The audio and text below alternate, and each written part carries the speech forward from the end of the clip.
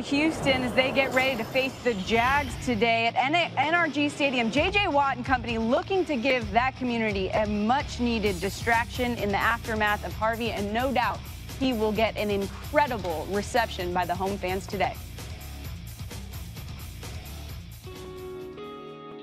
The rain from Tropical Storm Harvey now surpassing all records.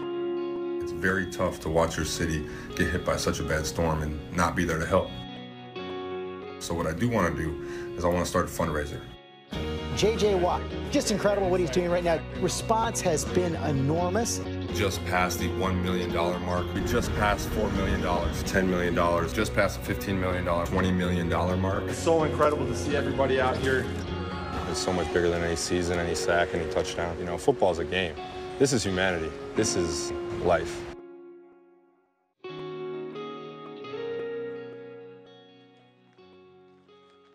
In the wake of tragedy, All-Pro defensive lineman J.J. Watt has been a sign of hope for the people of Houston. It's an enormous challenge for a franchise as a whole when dealing with destruction and devastation surrounding them and still trying to get ready for business. In this joint NFL Films and Countdown production, we get an up-close look at how the Texans are manning up to that challenge.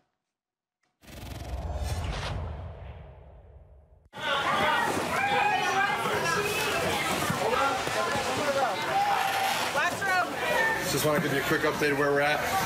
We're unloading 9 semis. Keep them coming. This is what it looks like when volunteers come together. Thank you to everybody who's supported. Thank you to everybody who's helped. Look at these incredible people. Good job. Good job. This is cycle one. Okay. This warehouse is all full of stuff that's been donated on 9 semi-trucks. We're gonna go out tomorrow with my team and give it out. I just wanna make sure you guys see what's going on. Hi, how are you? Appreciate y'all, man. No problem, y'all have a great day. Have a great day. Thank you so much. No problem, thank you. Go ahead, we got water up there and then Gatorade as well. Thank you. Watch it. No problem, I'm so sorry. I'm so sorry to hear that. Thank you. Thank you. There you go. No problem. It's been a busy week. It's been a crazy week, but it's been a very inspiring week to see the power of when people come together. Do you know who Emlyn Tunnell is? Emlyn Tunnell is the first African-American to ever play for the New York Giants and the first African-American ever voted into the Hall of Fame. He had a great quote. He said, "Losers assemble in little groups and complain about the coaches and other players in other little groups. But winners assemble as a team, like you've done the last couple days. Winners assemble as a team." We're moving on to Jacksonville, but I will tell you that what you've done the last couple days, obviously with what JJ's done, close to $20 million raised, 56 guys going over to that NRG Center when we got back the other day. It's incredible. We have winners. Okay, now, let's move forward now to Jacksonville. As the Texans prepare for the season, they're just miles away from some of the city's most devastated areas. You get in the car and drive about 20 minutes. It's here. It's here, yeah. Right outside where you stay. No doubt. We living in this little bubble, boy. There we go. Here to that, here to that. You gotta be thankful. Constant circle. Yeah. When you step outside, you get reminded real quick. You know, I was talking to Mickey Loomis about after Katrina. What he talked about was how that first game was so emotional. But then there's a natural let-off after that we got to guard against, you know. We have managed through some very difficult circumstances. What up, bro? And I'm proud of that. And to me, we ought to build on that. We're going to have a natural time when you lose that adrenaline and that emotion. We have to figure out a way, psychologically, physically, support-wise, to try to maintain that same level of teamwork and jumping in and doing whatever's necessary for whoever needs it. I would like to know, like, who lost what? I mean, just the damage that people have had to have. Can we get a comprehensive list? Because it's not like some of the things that have affected us are going away. That was the first time I've ever experienced anything like that in my life. My front street was flooded, so it's pretty crazy. I couldn't even make it out my driveway. That's how flooded it was. I thought it was gonna come up into my house. So, yeah, I was stuck. I should have listened to my mom and went and got groceries. When I was able to get out, it looked like a second world country. It was pretty crazy to see Houston like that. One of the players most directly affected is reserve linebacker and special teamer Brian Peters. The house took on a little over 2 feet of water. You can see it. This is where the water got to on the outside.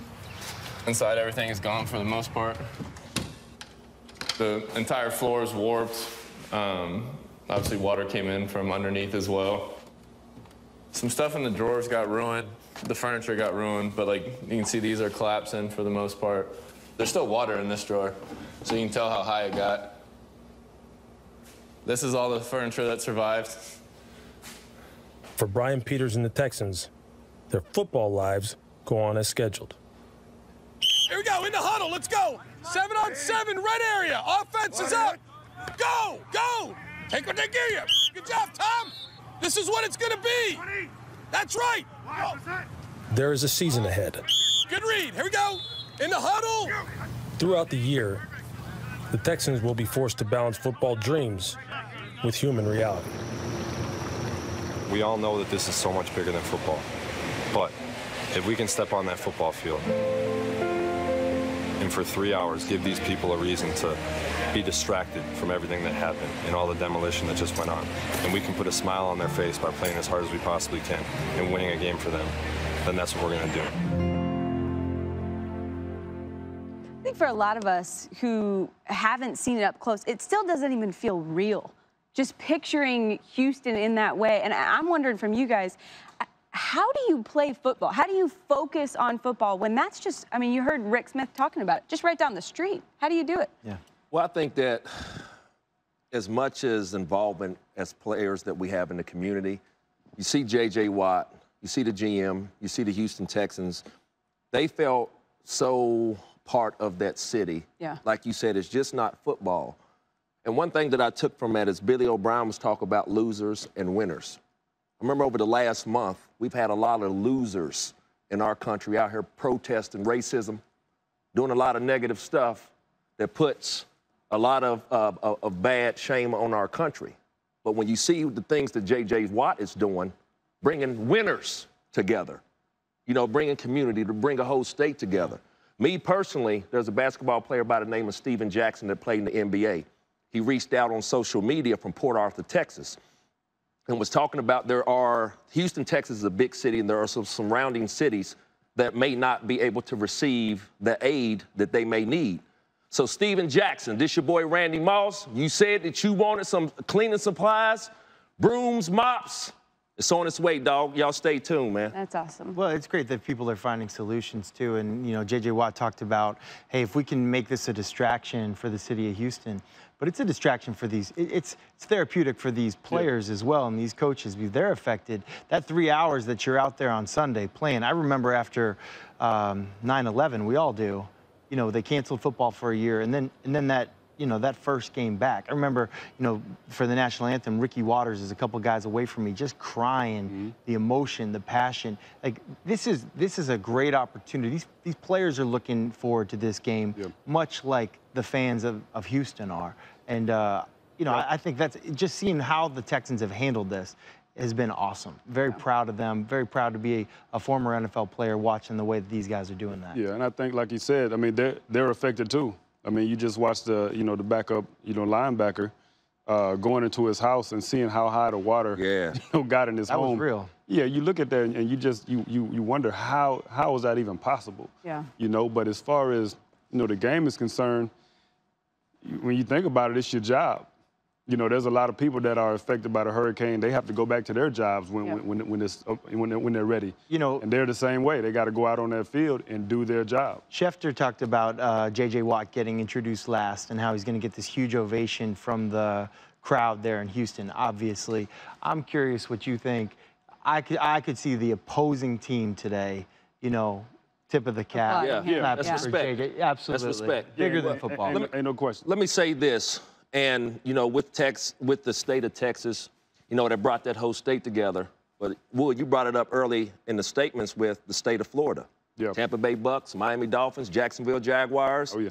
Hey man, don't y'all forget about your people now. Yeah. They support us, support them back. Give them the same love they give us. Don't forget now. Yep. Now, to me, not only was it impressive the amount of money he raised, but J.J. Watt and his teammates actually out there doing the work. Yes. Which obviously they did not have to do. I'm sure they got a lot of other things going on. So props to them. Also, props to our reporter who's going to be there this weekend for the game, Jeff Darlington in Houston at the stadium right now. Jeff, what's the latest?